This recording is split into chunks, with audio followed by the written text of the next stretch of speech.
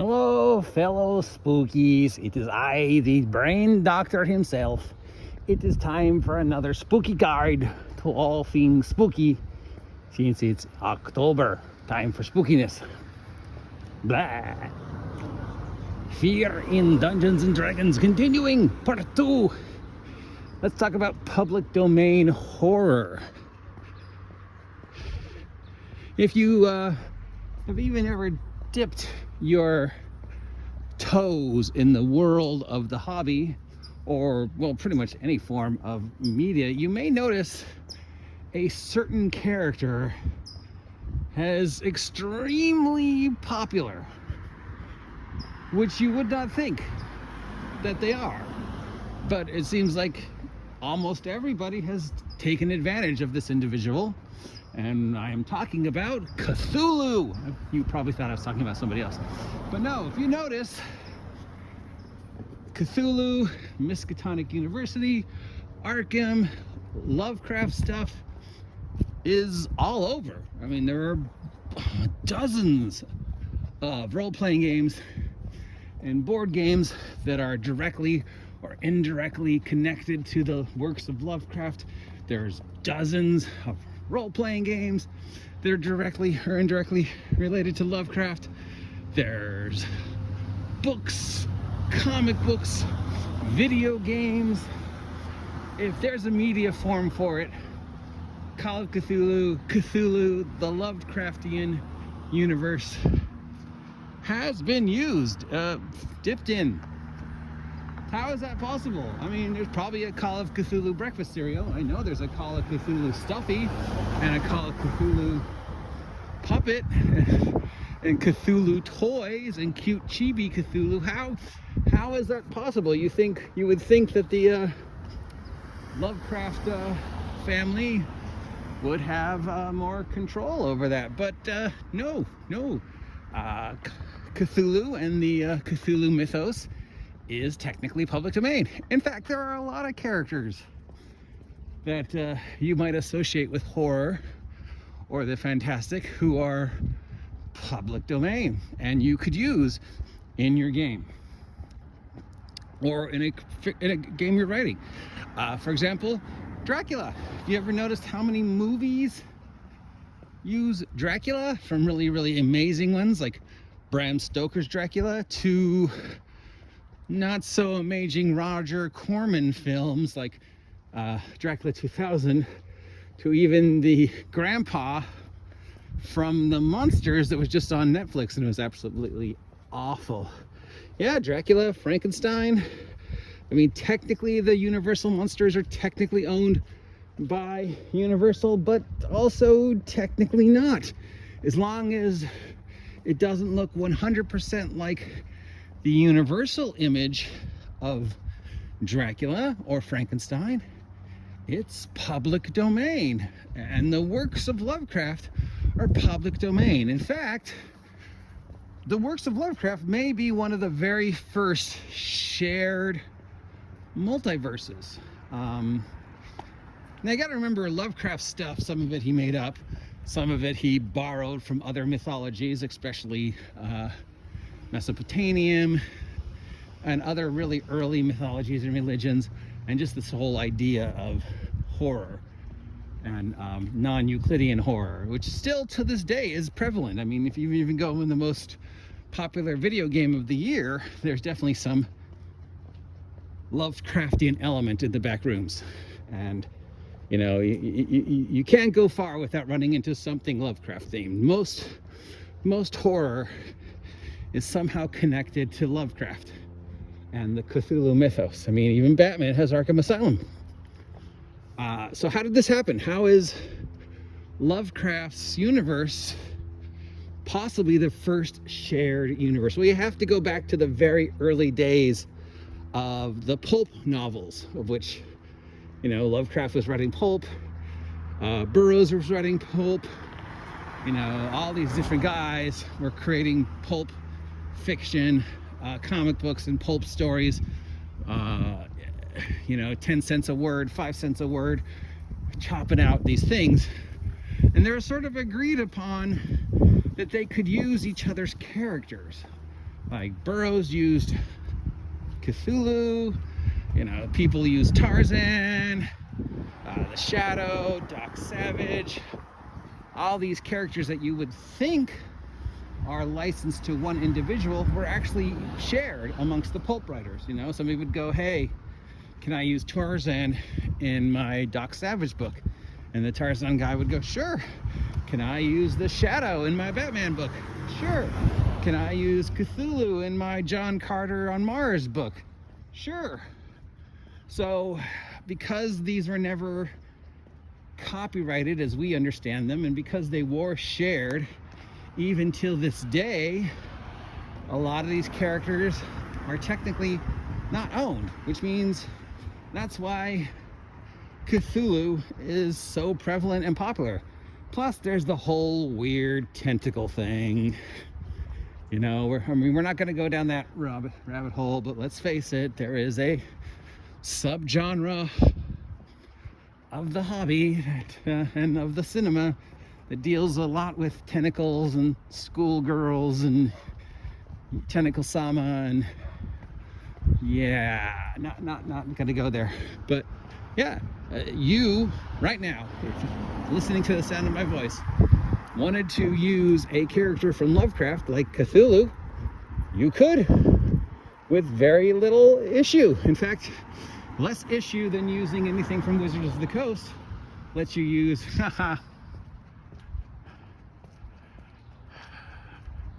that's how I wanted to decorate my house for Halloween, but of course there's no reason to, since we don't get trick-or-treaters. But good on you there, buddy. You could, and probably with not a lot of legal issues. But what about the whole legal issue between the Cthulhu mythos and deities and demigods? Well, most of that issue was more with the other one they used, and the fact that TSR didn't use the correct Creative Commons to use Cthulhu. Because there is a Lovecraft family, there is a Lovecraft Institute, there is a Lovecraft Trust, and there is some creative control that the Lovecraft Trust has over Cthulhu imagery.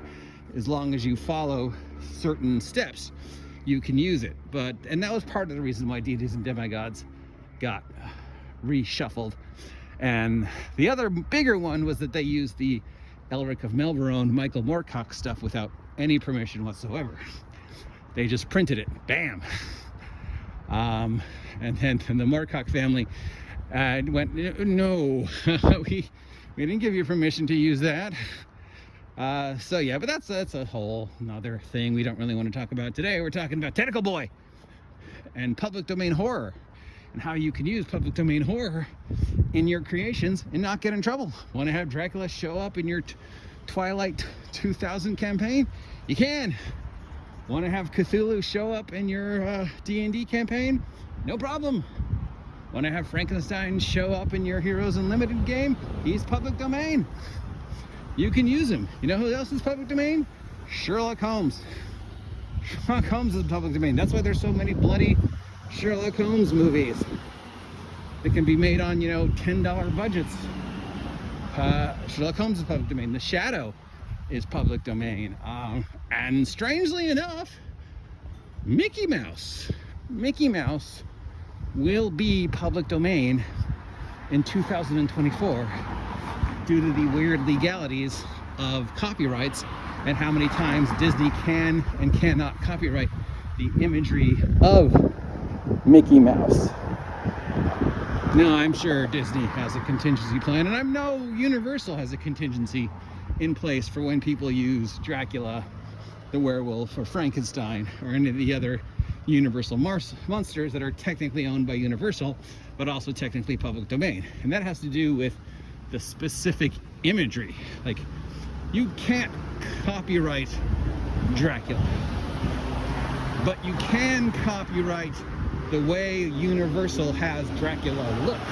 That very specific image of Dracula, of Frankenstein, of the werewolf, are all exclusive to Universal. So if you make a Dracula movie, fine, you can. If you make a Dracula movie and your Dracula looks exactly like Universal's Dracula, then you get in trouble. So that's the leeway. What does this have to do with Dungeons and Dragons and Cthulhu and tentacles and horror? It has to do with recognition of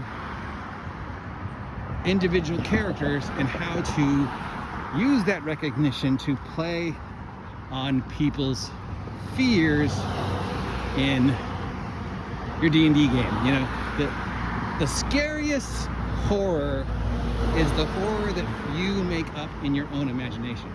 Nothing I write or film or direct or talk about will ever replace what you create in your own brain, which is always why we say show, don't tell. Okay? Now, almost everybody has some subconscious connection to these images. Dracula, Frankenstein, Sherlock Holmes, Mickey Mouse, the Lone Ranger, Frankenstein, Cthulhu, tentacles. So that's bubbling in the back of their mind while you're running your game. So you could drop imagery hints that trigger those subconscious fears and those subconscious memories, because the most frightening thing is something that you can connect to, you know. Now, it's very hard to connect to, you know, non-Euclidean liminal horror, logic defining Call of Cthulhu, because there's nothing in the world that you've probably experienced that is any way, shape, or form even remotely as horrific as Lovecraft's ideas.